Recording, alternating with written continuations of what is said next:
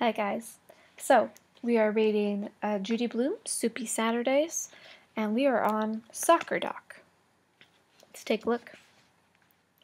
On Saturdays, I'm going to play in a soccer league, just like the great one. And here's the best news. Justin's dad is the coach. We have a uniform. It's red and blue. It has a jersey, long socks, chin guards, and cleats. I tried it on in my room, then I raced around the house with my soccer ball, pretending I knew all the moves. "Watch where you're going," the great one shouted as I tripped over her Lego village. "Can't," I told her. "Wherever the ball goes, I go too." Fluzzy took a flying leap onto the sofa. "Mom!" the great one yelled.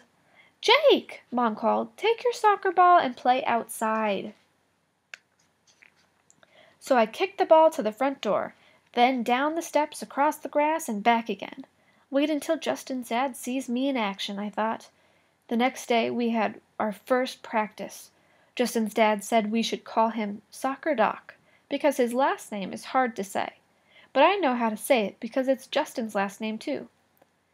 It's Soccioski. Soccioski. I raised my hand and called out, "Dr. Soccioski, what if we know how to say your name?" "Everyone's going to call me Soccer Doc," he said. "Even me?" I asked. "Even you, Jake." "Even me?" Justin asked, laughing and rolling around on the grass. Justin's dad took off his glasses. He wiped them on his shirt. Then he took a deep breath and said, "Yes, Justin, even you." Justin didn't say anything else, but he sat up and stopped laughing.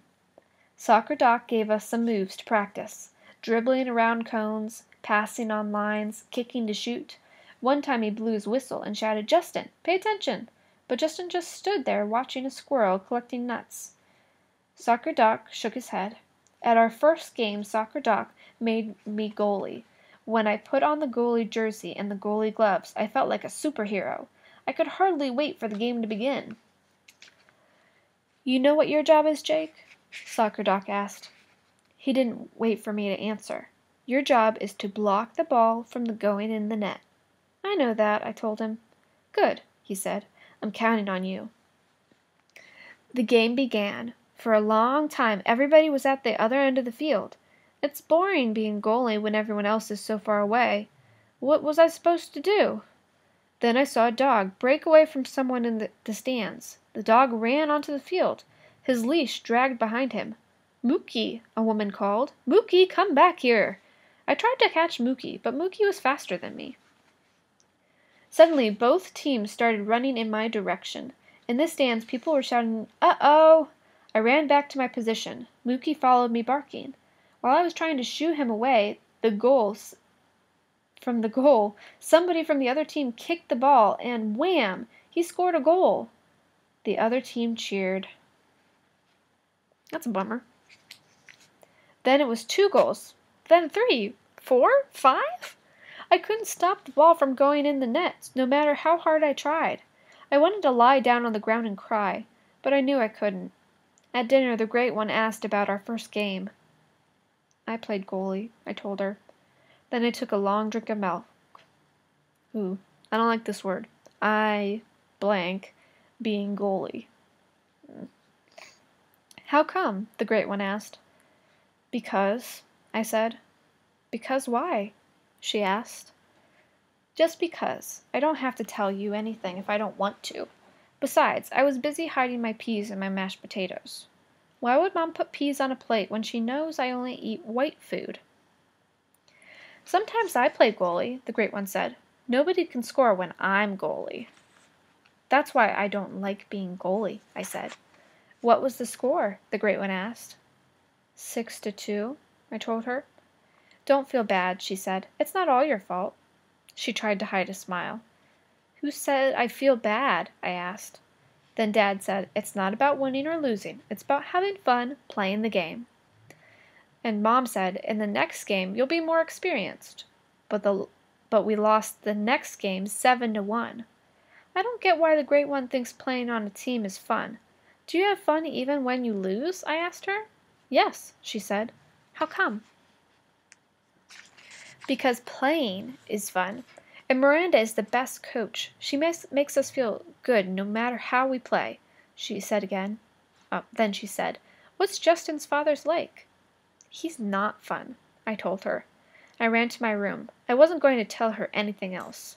I wasn't going to tell her how Soccor Doc is always cleaning his glasses and shaking his head, and how sometimes he says, "Nice try," but you can tell he doesn't mean it. That night I had a dream. I dreamed I had stomach pains. In my dream, I went to Soccor Doc's office. "I have pains in my stomach," I told him. Soccor Doc poked my stomach. "There's nothing wrong with you," he said. "Go home." So I went home, but I didn't get better. The next day I went back to Soccor Doc's office. I said, "Nice try, Dr. Soziowski." I said, "Nice try," the way he does at soccer. I said it so he could tell I didn't really mean it. When I woke up, my stomach hurt for real. Mom gave me a spoonful of pink stuff and an extra hug. She said, "Grandma is coming to your next game." We lost that game 5-2. Grandma said, "Soccer looks like hard work to me, all that running around." "Running is the fun part," I told her. "That's why I don't want to play goalie." "But you're a good goalie," Grandma said. "No, I'm not. Half the time I let them score a goal." "Yes," Grandma said, "but the other half you stop them." I never thought of that. The next day Justin called. "You want to come over?" "Okay." "Bring your soccer ball," Justin said. We played soccer all afternoon. William came by and asked if he could play. We said sure. Then Michael came over, then Annie, then Jenny, who are in 4th grade. We had a great time. Later Justin walked me home.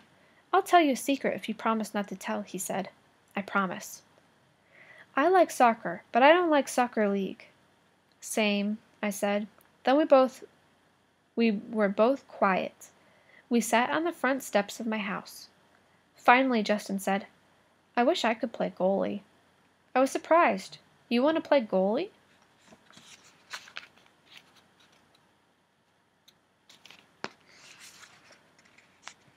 Justin nodded. "I wish I could play any other position," I told him. "Really?" Justin looked surprised. Then he just sat there, drawing in the dirt with sticks. The Great One came out of the house and looked at us. "What's wrong?" she asked. "Who says anything's wrong?" I said. "I can tell," she said. "I can read your mind." Before I could tell her she'll never be able to read my mind, Justin blurted it out. "I want to play goalie, and Jake wants to play any position but." The Great One said, "No problem. Tell your coach. You'd think he'd want someone else to play goalie since you've lost every game. But the coach is his father," I said. "So?" The Great One looked at Justin. "Just tell him it's not fair that your friend gets to hog the best position." "Just tell him?" Justin asked. "Duh," the Great One said. "How is he supposed to know if you don't tell him?" Justin looked at me. I looked back at him. At our next game, I gave Justin the goalie jersey and the goalie gloves. "What's going on?" Soccor Doc asked, when he saw Justin. Justin said, "It's not fair that only Jake gets to play goalie." Then everybody else on our team chanted, "We want to play goalie too!" Soccor Doc shook his head. He took off his glasses. He wiped them on his shirt. Then he took a deep breath and said, "All right, we'll take turns playing goalie." "And all the other positions too?" I asked. Soccor Doc looked right at me. I could feel my heart beating. Finally he said, "Why not? We'll take turns playing everything." The team cheered. Soccor Doc was surprised. He smiled for the first time. We still lost the game, 4-3, but we had fun playing. I even scored a goal. My first! And Justin was a good goalie, except when he stopped to watch a bird, or a squirrel, or clouds go by.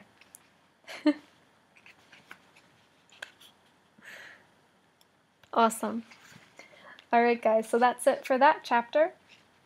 You guys are going to start noticing a pattern. At the beginning of each chapter, it's going to show you who is reading the story, or who's saying the story. So the Great One,